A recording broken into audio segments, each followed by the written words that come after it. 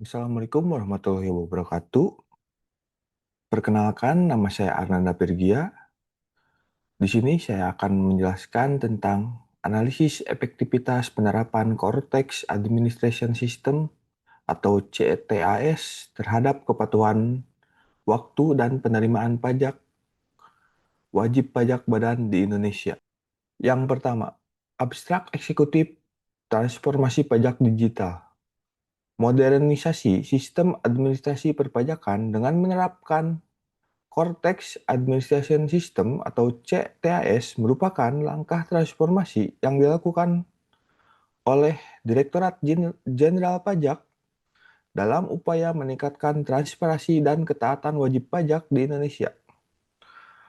Penelitian ini bertujuan untuk menganalisis sejauh mana penerapan CTAS terhadap dampak pada tingkatan kepatuhan dalam pelaporan perpajakan, serta mengidentifikasi faktor-faktor kualitatif yang mempengaruhi tingkat penerimaan teknologi tersebut oleh wajib pajak badan, sehingga penelitian ini menerapkan metode campuran dengan desain explanatory sequential mixed method, dan untuk subjeknya yaitu 120 WP badan dan 8 informan kunci.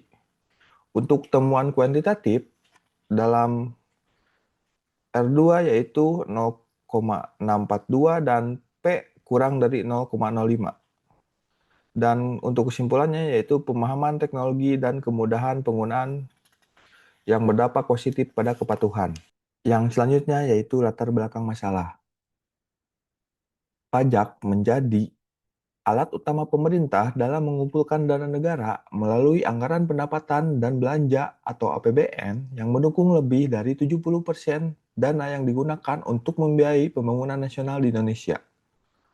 Otoritas pajak terus berusaha meningkatkan rasio pajak nasional yang masih mengalami perubahan dalam 5 tahun terakhir. Salah satu strategi utama yang dilakukan oleh Direktorat Jenderal Pajak dalam menghadapi perkembangan era digitalisasi adalah menetapkan pembaharuan pada sistem inti administrasi perpajakan yang disebut sebagai Core Tax Administration System atau CTAS. Penerapan CTAS dirancang untuk menggabungkan berbagai layanan digital yang berbeda seperti e-filing, e-billing, e-bupot, dan e-faktur. Untuk peralihan memicu bottleneck bagi WP Badan yaitu ketidaksiapan infrastruktur IT internal, adaptasi antarmuka, dan potensi downtime server DJP.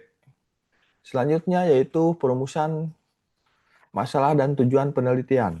Untuk rumusan masalah berdasarkan latar belakang sebelumnya, yang pertama yaitu apakah efektivitas penerapan Cortex berpengaruh signifikan terhadap kepatuhan waktu pelaporan wajib pajak badan.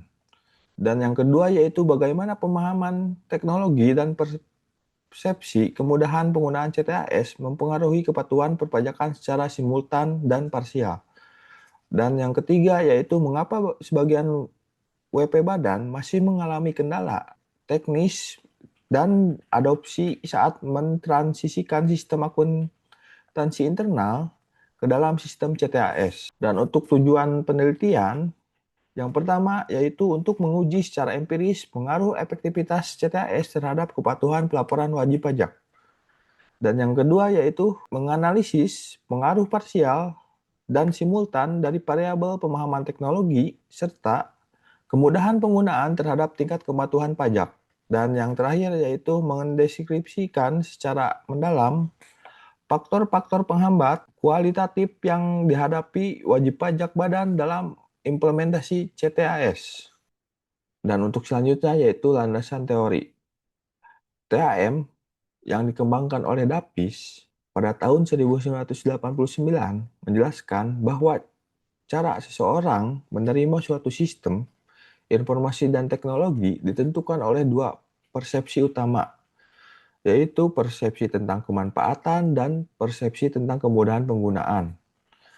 Dalam konteks perpajakan digital, ketika wajib pajak merasa bahwa CTAS mempermudah proses kalkulasi, penyetoran dan pelaporan kewajiban perpajakan, maka keinginan dan kepatuhan untuk menggunakan sistem tersebut akan meningkat secara signifikan. Dan untuk landasan teori yang kedua yaitu teori of planned behavior. TPB atau teori perilaku terencana adalah salah satu teori psikologi sosial yang paling fundamental dan luas digunakan untuk memprediksi serta menjelaskan perilaku manusia. Teori ini menyatakan bahwa perilaku individu dipengaruhi secara langsung oleh niat untuk berperilaku yang pada akhirnya dibentuk oleh 3 konstruk utama. Yang pertama yaitu sikap terhadap perilaku, yang kedua yaitu norma subjektif, dan yang ketiga yaitu persepsi kontrol perilaku. Selanjutnya yaitu arsitektur CTAS dan dimensi kepatuhan perpajakan. CTAS merupakan sistem yang sangat inti untuk otomatisasi dan integrasi data dan juga pemrosesan SPT digital. Dalam kepatuhan formal, ketepatan waktu dalam administrasi prosedur dilakukan oleh wajib pajak badan dengan mekanisme CTAS didorong oleh sistem pre-populated data atau SPT terisi secara otomatis yang memicu voluntary compliance. Dan untuk kepatuhan material, definisinya yaitu akurasi substantif pajak terutang. Mekanisme CTAS didorong oleh data analitik dan mekanik learning yang dideteksi anomali menciptakan efek pencegahan. Untuk selanjutnya yaitu metrik evolusi sistem terintegrasi. Untuk parameter integrasi data, sebelum CTAS terpisah-pisah antar aplikasi seperti e-Bupot, e-Filing, dan setelah post CTAS atau sistem ini sudah terintegrasi, maka integrasi data secara terpusat dalam satu text player akun tunggal. Dan untuk yang parameter kedua yaitu proses pelaporan. Sebelum adanya CTAS, input data secara manual oleh wajib pajak, dan setelah adanya CTAS, data terisi otomatis dalam sistem. Untuk parameter selanjutnya yaitu sistem pengawasan. Pada sebelum adanya CTAS, sampling acak dan dilakukan penilaian secara subjektif. Setelah adanya sistem CTAS, data analitik dan pemetaan risiko secara otomatis terbentuk dalam sistem. Dan untuk parameter transparansi, pada sebelum waktu adanya sistem CTAS, yaitu terbatas riwayat bukti potong, bukti pajak sulit diakses, dan untuk setelah adanya sistem CTAS, dashboard dalam sistem dapat dibuka 24/7 bagi WP. Selanjutnya yaitu kerangka konseptual dan pengembangan hipotesis. Pada X1 yaitu kemudahan penggunaan CTAS, dan X2-nya yaitu pemahaman teknologi perpajakan sehingga menimbulkan H1 yaitu pengaruh parsial positif dan signifikan, dan H2-nya yaitu pengaruh parsial positif dan signifikan, dan untuk Y-nya yaitu kepatuhan waktu pelaporan wajib pajak. Untuk selanjutnya yaitu desain metodologi explanatory sequential mixed method. Untuk fase kuantitatif, fokusnya yaitu dalam pengujian hipotesis statistik. Tujuannya yaitu mendapatkan pola makro dan bukti empiris awal mengenai dampak CTAS. Untuk fase kualitatif, fokusnya yaitu wawancara yang mendalam terhadap sistem CTAS, mendapatkan jawaban yaitu mengeksplorasi mengapa dan bagaimana fenomena statistik tersebut terjadi di lapangan. Dan untuk integrasi data, fokus pembahasannya yaitu pembahasan komprehensif, tujuannya yaitu memadukan angka matriks dengan narasi operasional untuk kesimpulan yang utuh. Selanjutnya yaitu parameter populasi teknik dan sampel. Pendekatan kuantitatif atau skala makro digunakan populasi yaitu WP badan yang terdaftar di KPP Pratama di wilayah DKI Jakarta. Untuk ukuran sampelnya yaitu 120 wajib pajak dengan melakukan teknik kalkulasi rumus Solpin atau margin of error 5%.